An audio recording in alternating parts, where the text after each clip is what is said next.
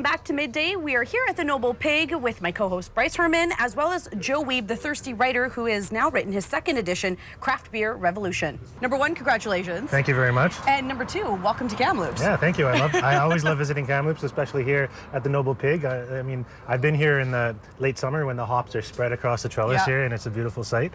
It's a beautiful spring day here now, so yeah, I'm happy to be here. That's awesome. And the book is specifically about BC breweries. That's right. And Kamloops, we have a lot of breweries here, which is might surprise some people. But tell us a bit about your experience with the Kamloops breweries. Yeah, I mean, you have two, but they're both really good, and you have a really nice beer scene here, which is something that I'm really happy about whenever I visit, because when I first came out here a few years ago when I was researching the first edition of my book, I didn't honestly expect it to be very good. I thought, I heard there was a brew pub and whatever, I'll check it out. It's Sunday night, I'll have a beer and I'll, go back to the hotel and check my email. Might as well, that's kind of what you do. Yeah, but I was blown away. I'm honest, I'm serious. I don't make this up just because it's the hometown crowd, but I was really blown away. It's a great range of beers here at the Noble Pig and a great kitchen to go along with it, which is really important. The food is excellent.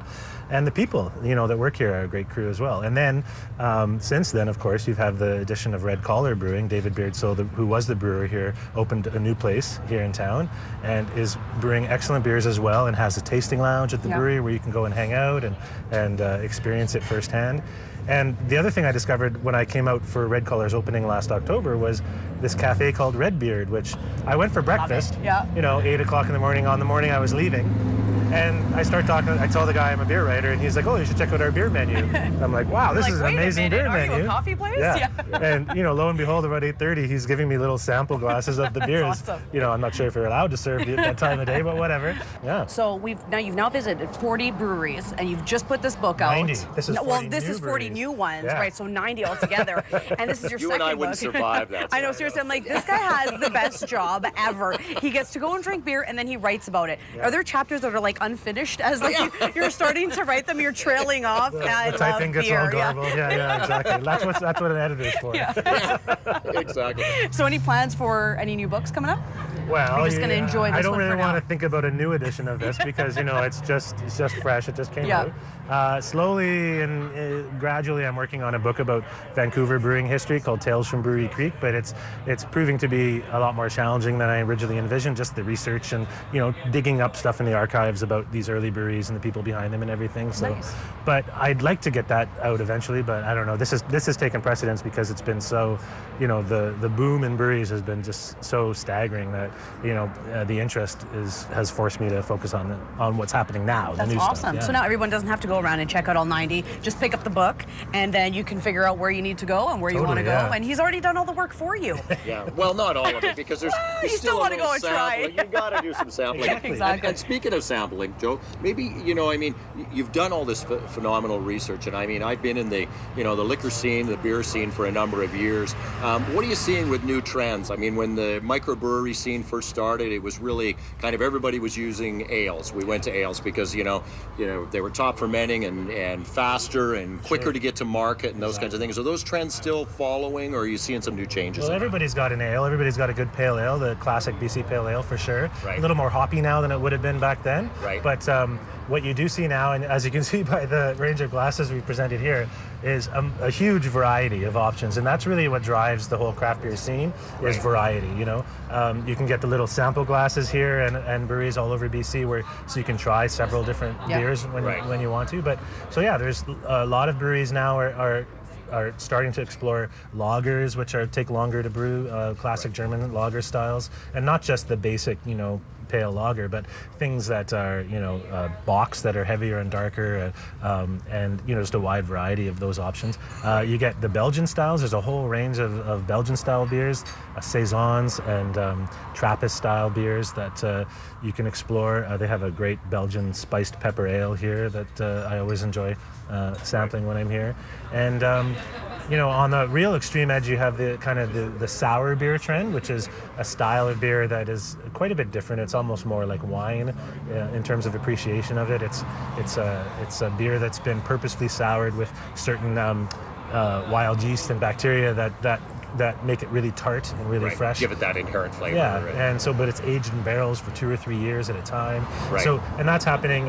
It's kind of, as I say, on the extreme edge of the scene, but it's a very interesting part of it for sure, as well. For people who are really into ciders and wines, they might find that sort of thing more interesting. But yeah, you can put pretty much anything in beer, right? Yeah. And do interesting things with it. I mean, the other trends I'm seeing are things like ISAs, which are, we call them India Session Ales. So that's instead of an IPA, which is a strong, usually a 6 or 7%, very hoppy beer, quite potent. You see this trend towards lighter versions of that. You still get the hoppiness and the freshness and the flavor, the big flavors of it, but it's down near 4.5% or 5% rather. Right. And session means something you can sit and have a few beers a session, that kind of thing. Right. So that's a common trend that's happening now as well, and it's welcome to me because the trend used to be going towards bigger and bigger beers, and you can't really enjoy that many of them when they're so big, right? Yeah. So big flavor, high flavor. Alcohol contents, that kind of thing. Yeah. But with the ISAs, it's like moving it down to a bit lower More alcohol, mild. so it's a little you can try a wider range and more variety. Right. Yeah. Right. We might get through several, not 19, but we might get through a few. Maybe like 20 at least of the milder ones. Sure, exactly, yeah. Awesome. So which ones do we have here on display? Well, there's a range here. I think I have either the Pilsner or the Helles Lager. I can't tell them quite apart by the color. This one looks a tiny bit lighter, so this is the lager, I've been told, off stage. It's quite delicious. I already sampled it as we arrived, so. Classic German style, really well made here, really clear, really flavorful despite the light color and everything else like that. And I know this is the Dunkelweizen, I think, because it's quite cloudy and dark. And So typically the darker beers are always bitter. Is that not typical? necessarily, No? no. In fact, See? you can make a light colored beer super bitter. It's like that's often the hops that are playing that bitterness role in it. A darker beer is quite often on the sweeter side with the malts, but it doesn't have to be. You can have a Dunkel, which is a lager, but it's a dark lager, a German style lager, and lagers are, the way the yeast works, it really ferments out all the sugars much more thoroughly than an ale yeast does, so you don't have as much sweetness to it. So, Awesome. So we just have a minute. Let's wrap it up. Let's go through the beers, and then we'll tell everybody where to get your book and how to find you. Sure. And I imagine this is the IPA. Am I correct? Checking off stage again. It's IPAs again are traditionally, I can't tell the whole story because it takes too long, but they're brewed a little stronger and a little more hoppy than a typical pale ale. Right. And they're, very refreshing and delicious. The Dunkelweizen, which is a German style, dark, Dunkel means dark, but a wheat beer, so you get those kind of fruity, wheat beers often have like banana and clove flavors to them from the yeast. Very nice beer as well. I think this is the Belgian spiced pepper ale. One of my favorites here at the Noble Pig for sure. So you get the Belgian yeast, which gives a spicy character to the beer, as well as they add actually pepper to it, which obviously you don't really, taste it so much as feel it in your sinuses, which is good because I'm fighting a little bit of a virus.